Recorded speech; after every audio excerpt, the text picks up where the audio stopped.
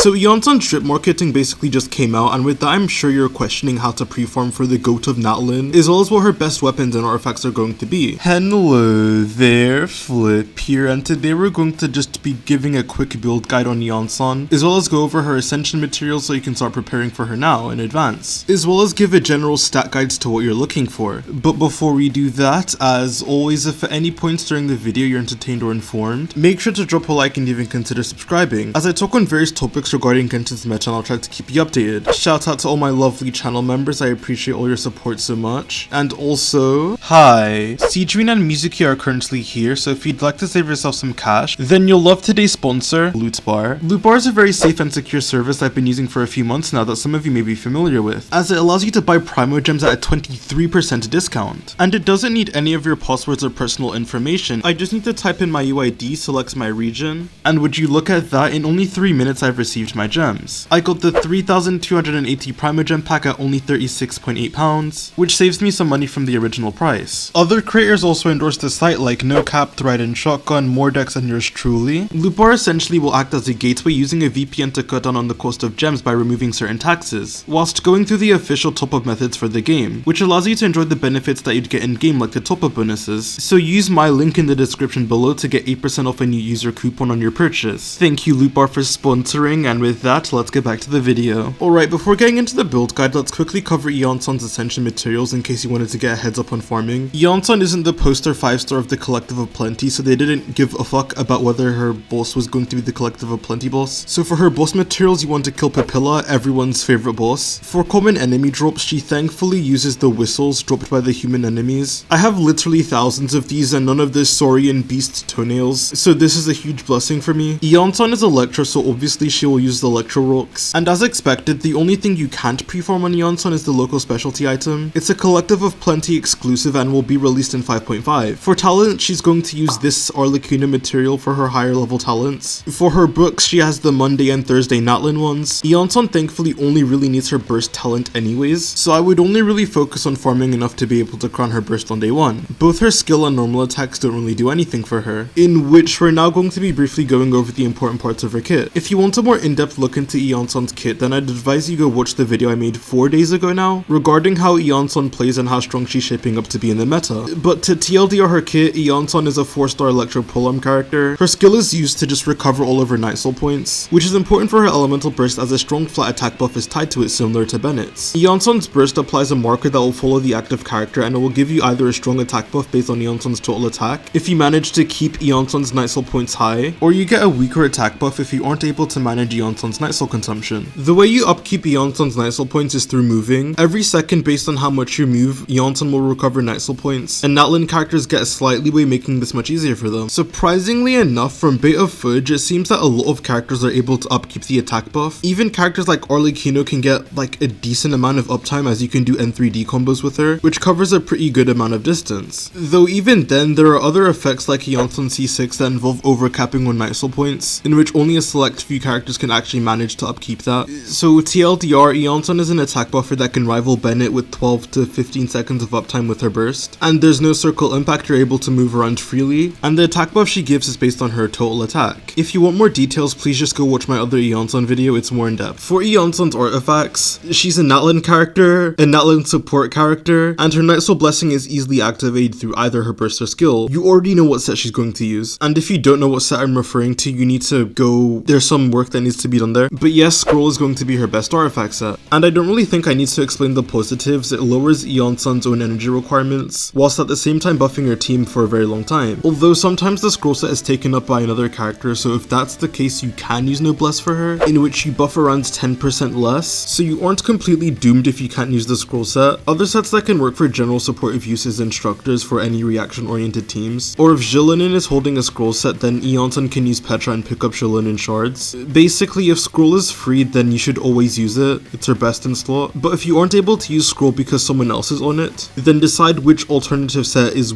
the most worth using for you, in which generally it will be Noblesse. Moving on to artifact main stats, Iansan's buff does scale off her total attack, so you want as much attack as possible until you reach the buff cap. Before getting into that though, let's first discuss Iansan's energy requirements. She has a 70 burst cost, which is horrendous in this economy, but she at least generates 4 particles with her skill. And with C1 she also gets an energy refund of 15 for pretty much free unless your active character gets frozen by Medusa or something. Assuming you have the scroll set and a C1 Iansan, you will need about 160% energy to burst every rotation. With the Favonius weapon, this does lower this by around 20%, and if you are like C0 Iansan, depending on if you have a Favonius or scroll, or none at all, you're ranging from around 200 to 230% ER. So if you have a C0 Iansan, your Sans is most likely going to be ER, attack goblet is always going to be best for her, and if you have a Favonius with a low amount of crit rate substats, you want to use a crit rate circlet, otherwise use an attack circlet. And with C1 Iansan, you most likely can run it both an attack percent goblet and Sans, with again either a crit rate circlet or attack circlet depending on if you have Fav or not. Iansan does actually have an attack cap, so attack does actually become a wasted stat at a certain point depending on what talent level you're at, which I'm going to put up on screen now. But if you plan on crowning Iansan, you're shooting for a 3k attack to max out her buff. For substats, you want to prioritize ER until you can reach your energy requirement, and then look for as many attack percent and attack subs as you can get until you reach 3000 attack basically. And also if you have Favonius, you want to have around 60% crit rate or more, so aim for crit rate substats too if you can. Speaking of that weapon, let's talk about Iansan's best weapons, in which as expected Favonius is generally going to be her best weapon. Even if Iansan herself doesn't need the energy, you have a whole team that can benefit from the extra particles, and it's just going to make all your rotations more comfortable and can allow your other teammates to build other stats than ER. And not only that, but the Favonius lance is on the higher side of base attack for a 4-star, so this means that attack subs and buff scale better off of it, allowing you to still reach high amounts of attack, even if the weapon doesn't give you any directly. If you don't want to use Favonius lance, either because so many of your other characters are using it, or you don't want to build crit rate, or whatever other reason there could possibly be, in that case I can recommend the current event polearm.